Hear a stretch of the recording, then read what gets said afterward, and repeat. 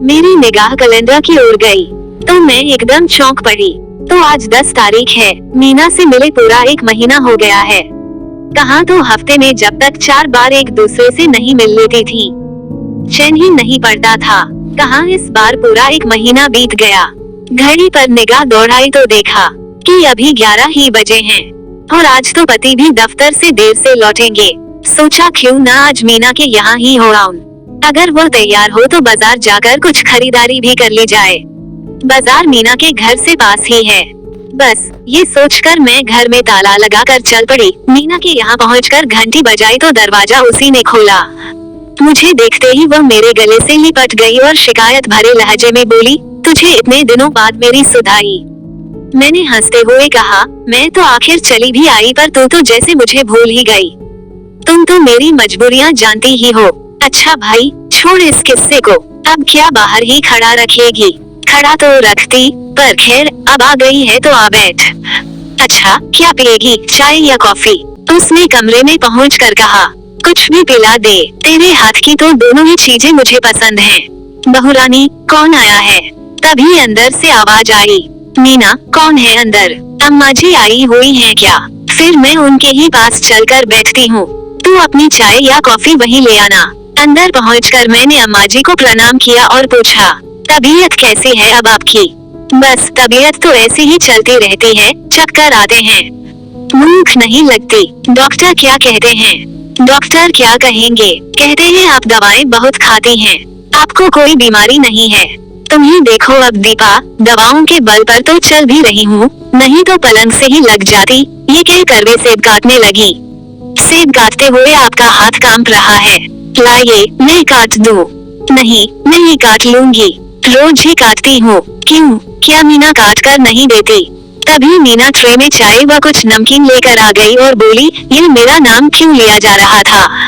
मीना ये क्या बात है? अम्मा जी का हाथ कांप रहा है और तुम इन्हें एक सेब भी काट कर नहीं दे सकती। दीपा तू चाय पी चुपचाप। अम्मा जी ने एक सेब काट लिया तो क्या हो गया? हाँ हाँ बहू मैं ही काट लूंगी, तुझे कुछ कहने की जरूरत नहीं है। तनाव के कारण अम्मा जी की सांस फूल गई थी। मैं मीना को दूसरे कमरे में ले गई और बोली, मीना तुझे क्या हो गया है? छोड़ भी इस किस्से को, जल्दी चाय खत्म कर, फिर बाजार चले। मीना हंसती हुई बोली। मैं ठगी सी उसे देखती रह गई।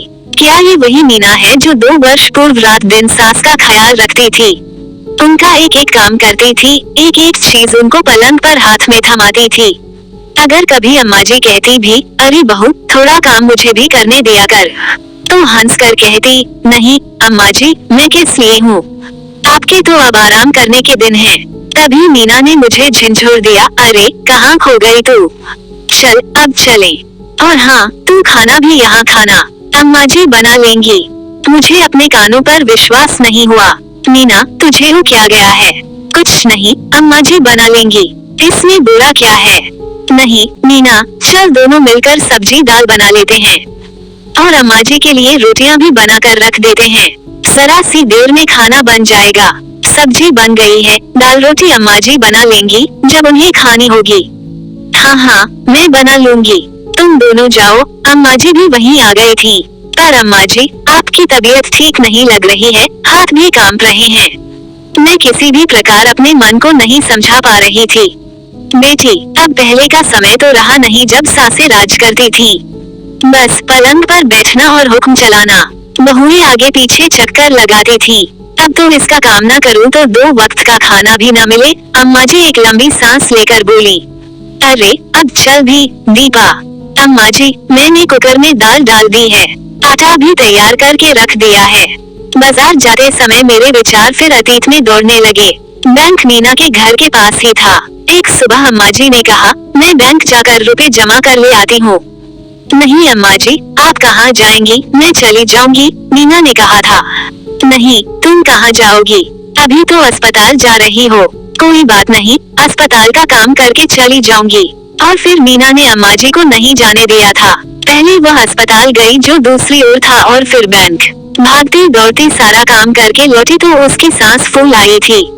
पर मीना न जाने किस मिट्टी की बनी हुई थी कि कभी थकान के चिन्ह उसके चेहरे पर आते ही न थे। मीना की भागदौड़ देखकर एक दिन जीजाजी ने भी कहा था, भाई थोड़ा काम माँ को भी कर लेने दिया करो। सारा दिन बैठे रहने से तो उनकी तबीयत और खराब होगी और खाली रहने से तबीयत उबेगी भी। इस पर मीना उनसे झगड़ पड़ी थी। आप भी क्या बात करते हैं, अब इनकी कोई उम्र है काम करने की, अब तो इनसे तभी काम लेना चाहिए जब हमारे लिए मजबूरी हो। बेचारे जीजाजी चुप हो गए थे और फिर कभी सास बहू के बीच में नहीं बोले। मैं इन्हीं विचारों में खोई थी कि मीना ने कहा, लो बाजार आ गया। ये सुनकर मैं विचारों से बाहर आई। बाजार में हम दोनों ने मिलकर खरीदारी की। सूरज सिर पर चढ़ आया था, पसीने की बूंदें माथे पर झलक आई थी। दोनों ऑटो करके घर पहुंची। अम्मा जी ने सारा खाना तैयार करके मेज पर लगा रखा था। 2 थालियां भी लगा रखी थी। मेरा दिल भर आया। अम्मा जी बोली, तुम लोग हाथ धोकर खाना खा लो, बहुत देर हो गई है। अम्मा जी आप, मैंने कहा मैंने खा लिया है, तुम लोग खाओ, मैं गरम गरम रोटियां सेक कर लाती हूँ। मैं अम्मा जी के स्नेह भरे चेहरे को देखती रही और खाना खाती रही। पता नहीं अम्मा जी की गरम रोटियों के कारण या भूख बहुत लगाने के कारण खाना बहुत स्वादिष्ट लगा। खाना खाकर अम्मा जी को स्वादिष्ट खाने के लिए धन्यवाद देकर मैं अपने घर लौट आई। कुछ दिनों बाद एक दिन जब मैं मीना के घर पहुंची तो दरवाजा थोड़ा सा खुला था।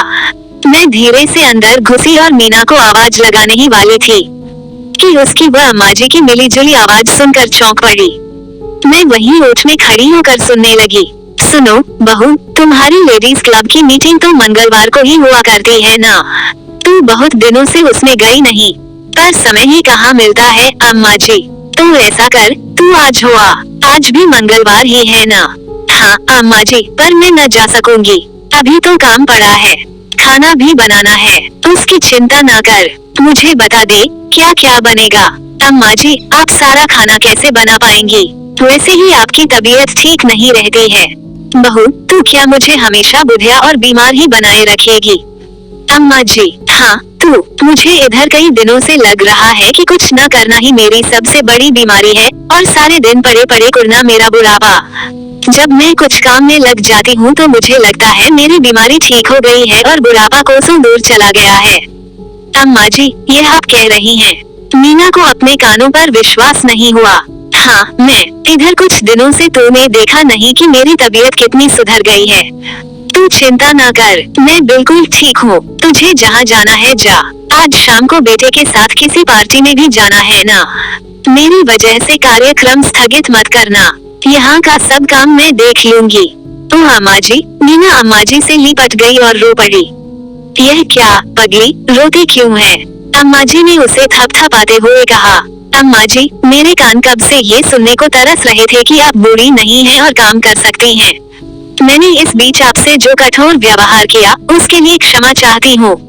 ऐसी कोई बात नहीं है, चल जा, जल्दी उठ, क्लब की मीटिंग का समय हो रहा है।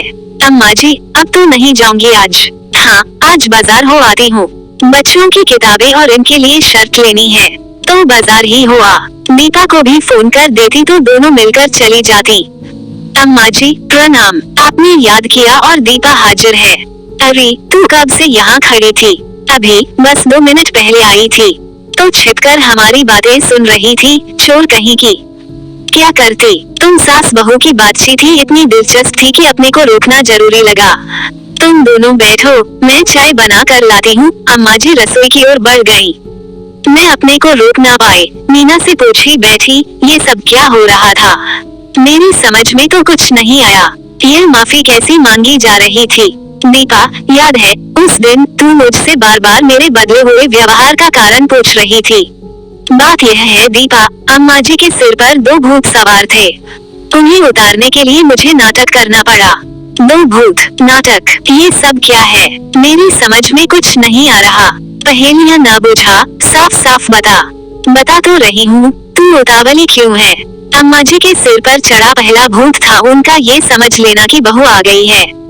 उसका कर्तव्य है कि वो प्राणपण से सास की सेवा और देखभाल करे, और सास होने के नाते उनका अधिकार है दिन भर बैठे रहना और हुक्म चलाना।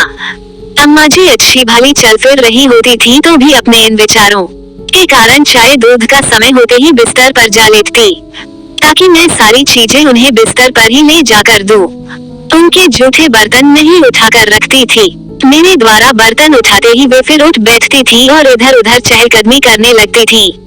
अच्छा, दूसरा भूत कौन सा था? दूसरा भूत था हरदम बीमार रहने का। उनके दिमाग में घुस गया था कि हर समय उनको कुछ न कुछ हुआ रहता है और कोई उनकी परवाह नहीं करता।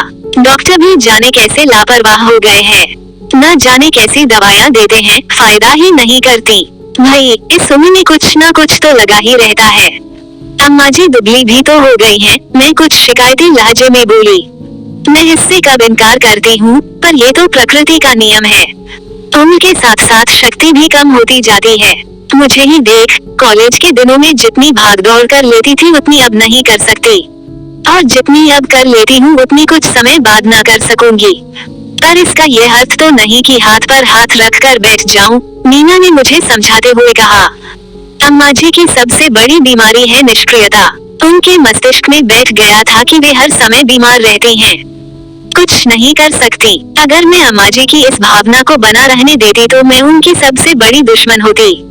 आदमी कामकाज में लगा रहे तो अपने दुख दर्द भूल जाता है और शरीर में रक्त का संचार बढ़ता है, जिससे वह स्वस्थ अनुभव करता है और फिर व्यस्त रहने से चिड़चिड़ाता भी नहीं रहता। मुझे अचानक हंसी आ गई। ले भाई, तूने तो डॉक्टरी, फिलोसफी सब झाड़ डाली। तू चाहे जो कह ले, असली बात तो यही है। अम्मा जी को अपने दो भूतों के दायरे से निकालने का एक ही उपाय था कि तू उनकी अवहेलना करे, उन्हें गुस्सा दिलाए जिससे चिढ़कर वे काम करें और अपनी शक्ति को पहचाने। यही ना, मैंने वाक्य पूरा कर दिया। हाँ, तूने ठीक समझा। यद्यपि गुस्सा और उत्तेजना शरीर और हृदय के लिए हानिकारक समझे जाते हैं, पर कभी कभी इनका होना भी मनुष्य के रक्त संचार को गति देने के लिए आवश्यक है। एकदम ठंडे मनुष्य का तो रक्त भी ठंडा हो जाता है।